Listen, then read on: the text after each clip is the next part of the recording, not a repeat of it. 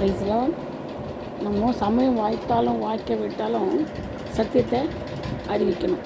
எந்த சூழ்நிலையாக இருந்தாலும், எப்பேற்பட்ட இடமாக இருந்தாலும், எப்படியாப்பட்ட ஆட்களாக இருந்தாலும் நம்ம என்ன செய்யணும்?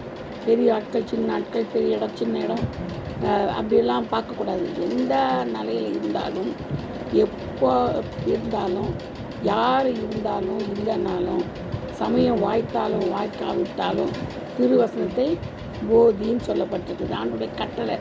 அதுக்கு தான் நம்மளை உலகத்தில் அனுப்பியிருக்கிறாரு இல்லையா? நம்ம சீஷர்களாக மாறணும்னா அவருடைய கட்டளை நிறைவேற்றணும்.